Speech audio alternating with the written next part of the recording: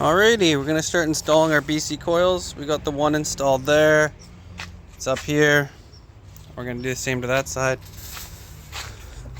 Step 1, make sure the car is off the ground, secure. Step 2, put a blanket down so you don't ruin your new paint. Step 3, make a nice clear workspace. And step 4, just get some fucking tools and let's get at it here. So we're gonna take off our strut tower top, and then we're gonna take off our brake caliper. We have to take the brake hose off and then drop the caliper because those brackets right there, they don't have a tab cut into them, so you have to undo the brake line to get that off.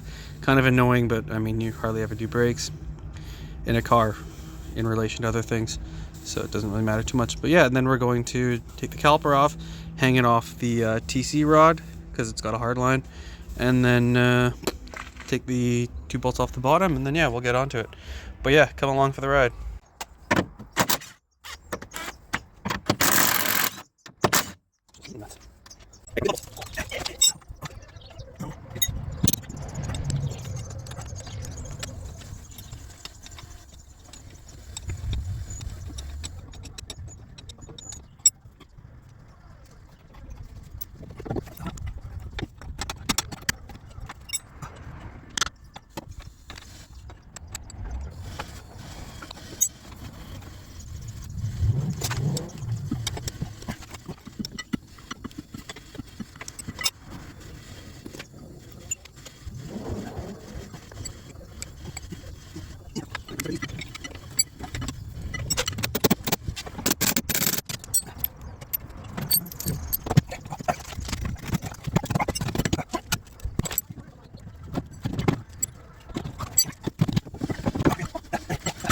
Alright, our next step now is to waller out this hole. So as you can see where the adjuster is there, it's going to be right there. That's for the damping. Some people go a little bit more extreme, so you can actually access the hex bolts and change your camber a little bit and fine tune it in. I'm not going to. I think more metal the better left on the strut towers. So, and all I have to do is lower it down a little bit, and then I can get a ball socket in. But yeah, what we've got here is a, wait for it, 1 7/8" hole saw that we just put in there and drill through. So yeah.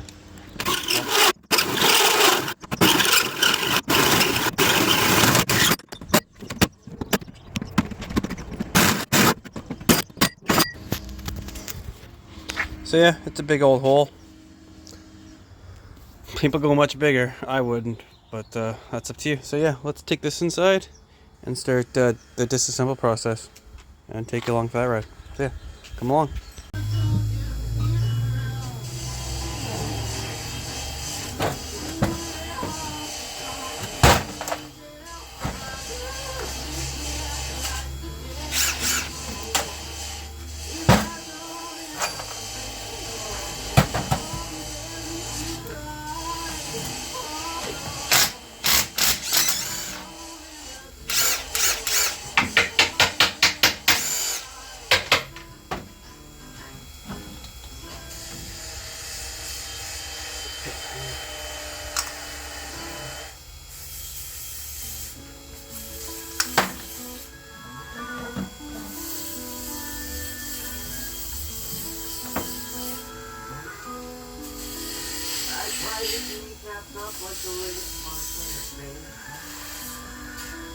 I nailed his tongue to his chin so I couldn't hear him complain.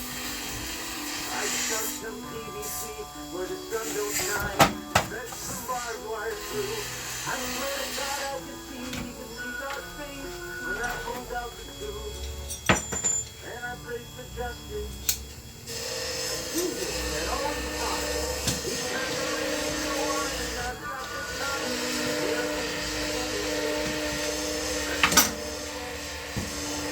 I found the way. I'm fish.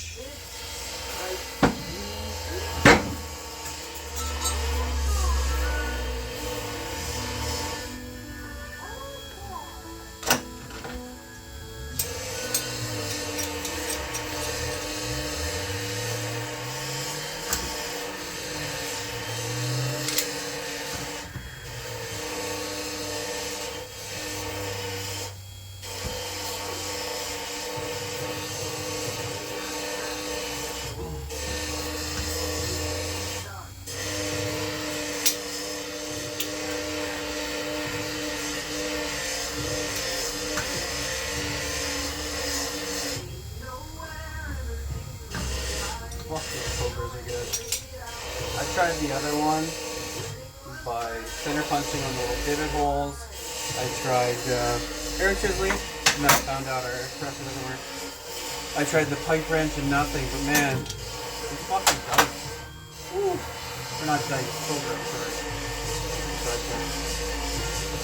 But, hot damn, they work well. Oh, juicy. Forgot about that. The other one did that too. That's like a green oil.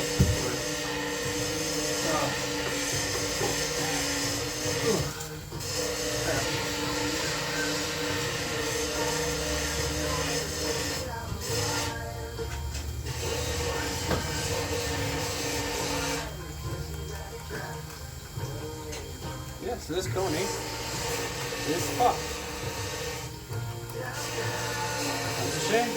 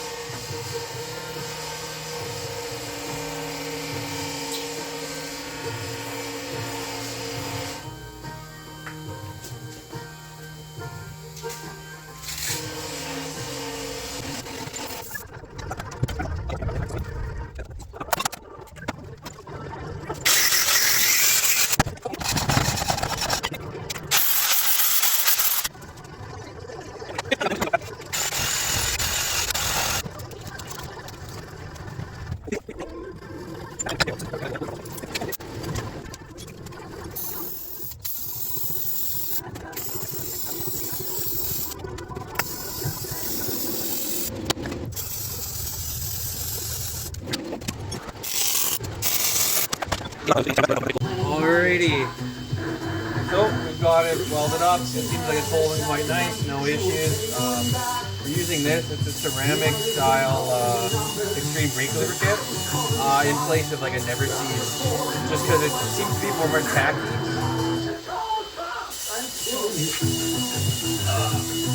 And it's less.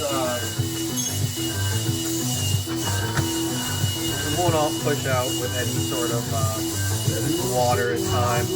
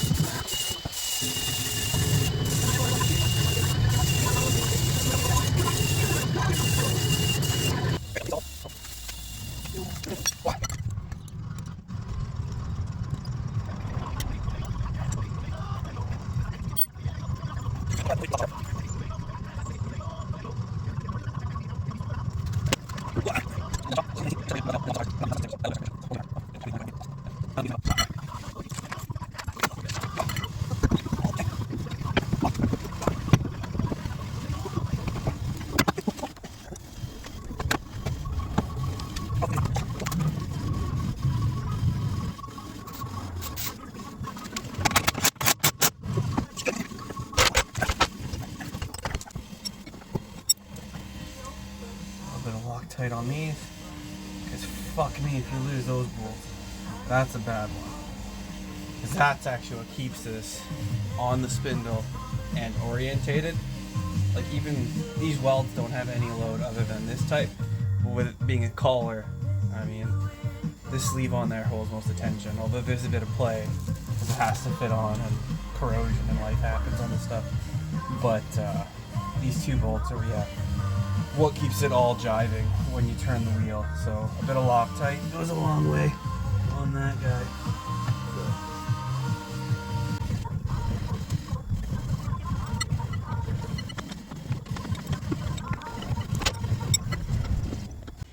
So yeah, it kind of sucks. The phone just shut off while I was recording. But we got our bottom bolts in, we got our caliper bolts in, we've got our top bolts in up there. We'll set our ride height by measuring our our height here, and then we'll match the other side. But how to figure out right height is we're going to measure from our center of our hub to here, and then we're going to calculate our width or our radius on the wheel. We'll measure about there, and we'll keep about probably 2 inches, and then we'll match it left and right, and then we'll match the rears to the fronts. So yeah, trying to remember if there's anything else I need to add because it stopped recording. But yeah, we'll attach our little brackets here, and then we'll have to bleed the brakes, so we probably won't put the wheels on tonight. And then I'm thinking of actually getting longer sway bar end lengths so that we have more clearance on the tie rod to the sway bar, because I don't like how close it is. They both should rise independent of or with each other, so they shouldn't touch, but some people have said they get way too close for comfort. So we'll see how that is, and then we'll go from there. But yeah, smell you later.